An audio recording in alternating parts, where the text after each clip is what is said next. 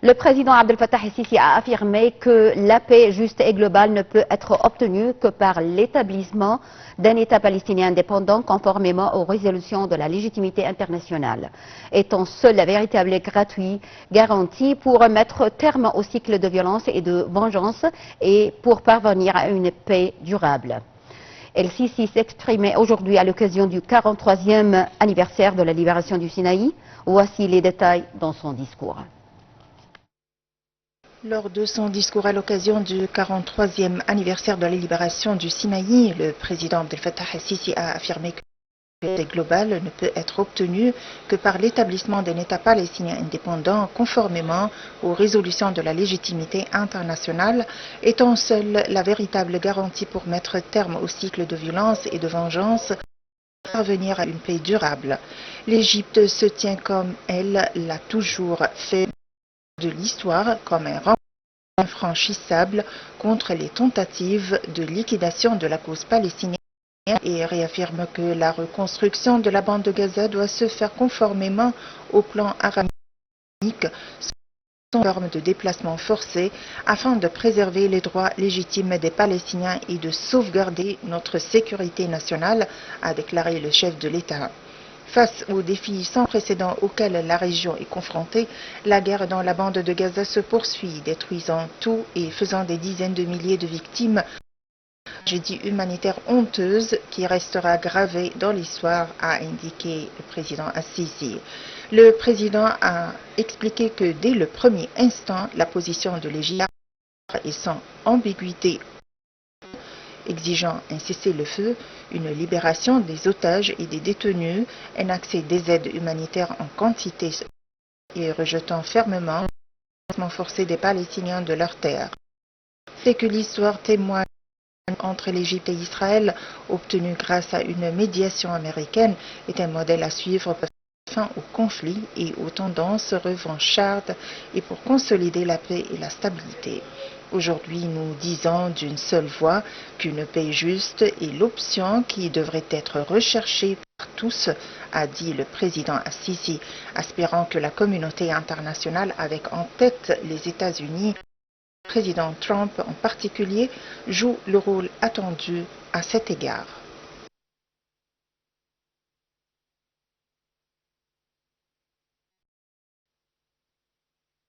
À l'occasion de l'anniversaire de la libération du Sinaï, El-Sisi a déclaré sur sa page officielle sur les réseaux sociaux, je cite, « À l'occasion du glorieux anniversaire de la libération du Sinaï, j'adresse mes sincères félicitations au grand peuple d'Égypte, renouvelant mon engagement à continuer de construire et de protéger le sol de cette patrie, qui a été arrosée par le sang des héros, et à préserver les ressources au peuple, en m'appuyant sur Allah le Tout-Puissant et sur l'unité des citoyens et leur conscience de l'ampleur des défis. » Fin des citations du président El-Sisi.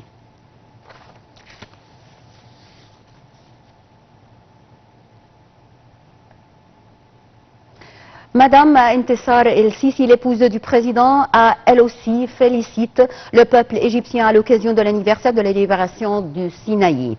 Elle a publié sur sa page officielle sur les réseaux sociaux, je cite, « À l'occasion de l'anniversaire de la libération du Sinaï, nous félicitons l'héroïsme des hommes qui ont été fidèles à leur engagement envers Dieu, le Tout-Puissant. Et nous rappelons fièrement les sacrifices d'un peuple qui sait que rien n'est impossible. Bonne année à l'Égypte, au Sinaï libre et fier. Et que le drapeau de la nation soit hissé haut avec la détermination de ses fils. » Citation de Madame ici.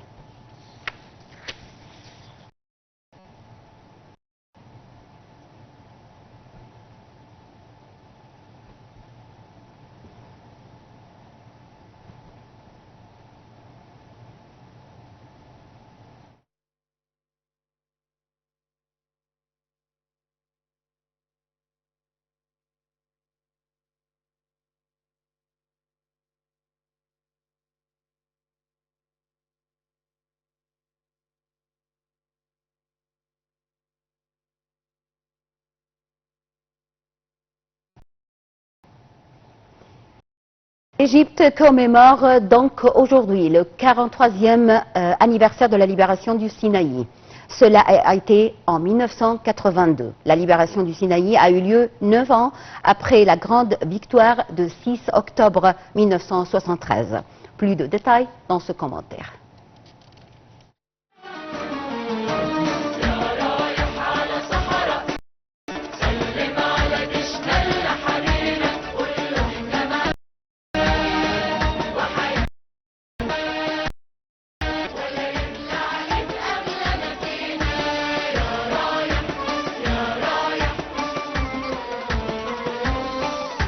Les démarches militaires de l'Égypte pour libérer le Sinaï, quelques jours après la défaite du 5 juin 1967. Sur le champ de bataille, la confrontation a commencé à partir de septembre 1968 jusqu'au 6 octobre 1973, lorsque les forces égyptiennes ont traversé le puis la ligne Bar-Lev.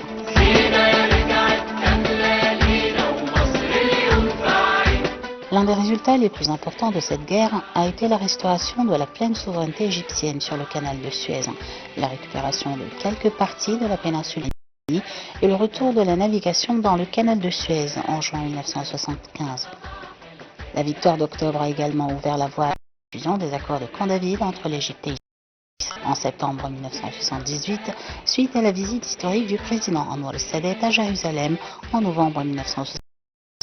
Cet accord stipulait la fin de la guerre, l'établissement de la paix entre les deux parties, ainsi que le retrait des militaires et des civils israéliens du Sinaï aux frontières internationales entre l'Égypte et la Palestine, afin que l'Égypte puisse reprendre sa pleine souveraineté sur le Sinaï.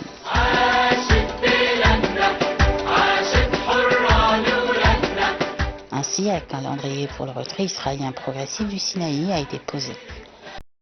En 1979, Israël commence le retrait de ses troupes de la ville El Arish. 2 mois plus tard, la deuxième phase du retrait israélien du Sinaï a eu lieu le 26 juillet d'Abu Zneima à Al-Harba, une zone de 6000 km². Le 19 novembre 1960, Israël se retire de la région de Sainte-Catherine et de Wadi Tour. Le 25 avril 1982, après 15 ans d'occupation israélienne, le drapeau égyptien de nouveau sur la ville de Rafah au nord Sinaï et la ville de Sharm el-Sheikh au sud Sinaï, marquant l'achèvement du retrait israélien du Sinaï, sauf de la petite ville de Taba qu'Israël a voulu garder sous sa souveraineté, ce que l'Égypte a catégoriquement refusé sur le fait que tout différend sur la tracée des frontières peut être résolu conformément à l'article 7 du traité de paix égypto-israélien qui stipule que les différends concernant l'application ou l'interprétation de ce traité sont réglés soit par la voie de la négociation ou à travers l'arbitrage international.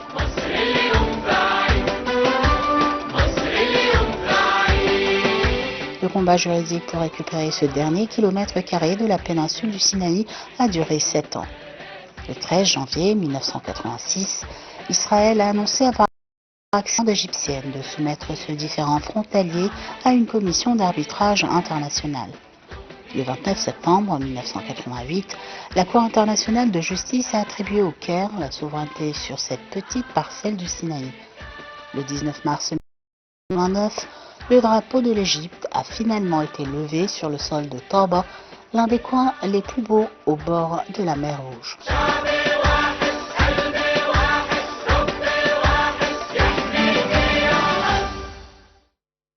Depuis 2014, l'État égyptien a adopté une vision globale pour le développement du Sinaï dans tous les domaines, industriels, agricoles, touristiques et urbains.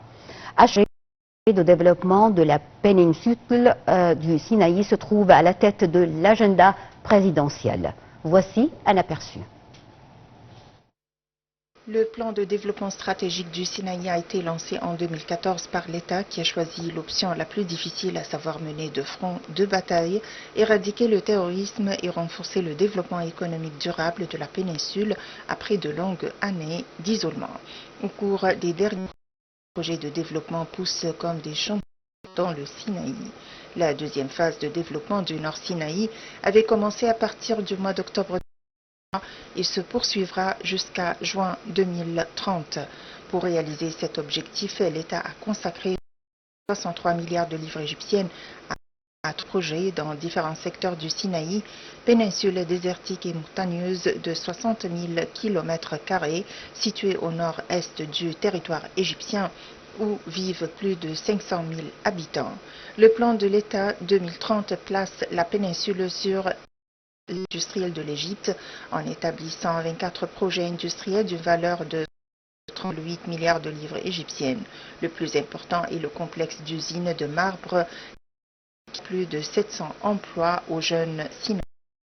Dans le domaine des investissements, le total des investissements dans les villes du Sinaï et du Canal a été multiplié par 10, atteignant 58,8 milliards de livres égyptiennes en 2023-2024 contre 5,9 milliards de livres en 2013-2014. Ces investissements représentent 377 opportunités d'investissement dans les domaines divers et 180 opportunités dans le domaine de l'industrie.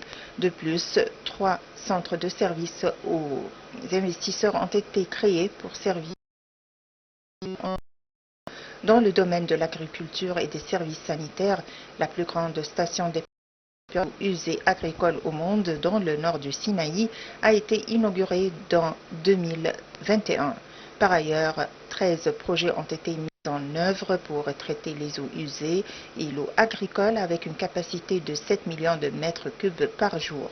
D'autre part, 55 projets potables ont été réalisés avec une capacité de 697 000 mètres cubes par jour. Usines de dessalement d'eau de mer ont été mises en place atteignant 9 stations jusqu'en mars 2024 contre 15 stations en 2014. Dans le domaine de l'infrastructure, 5 tunnels sous le canal de Suez ont été construits, portant le nombre de tunnels à 6 en 2024 contre 1 tunnel en 2023. 5000 km de routes ont été modernisés et 7 nouveaux ponts ont vu le jour. Au développement urbain, les forces armées ont réussi à construire 81 000 logements et 400 maisons bédouines au nord et au centre du Sinaï. Les Bédouins du Sinaï participeront aussi aux services de santé dans les années qui viennent. Un certain nombre de grands hôpitaux seront construits. L'éducation constitue l'un des volets les plus importants du développement du Sinaï. Les projets dans le domaine de l'éducation sont énormes. Ils permettront de réduire le taux d'analphabétisme de 19% à 7% en 2030. En ce qui concerne le tourisme et surtout pour le tourisme religieux, le ministère du Tourisme et des Antiquités exécute un projet connu sous le nom La Grande Transfiguration. Ce projet vise à développer les sites d'importance historique et religieuse au Sinaï, surtout dans la ville de la Sainte-Catherine et les montagnes entourant la vallée sainte.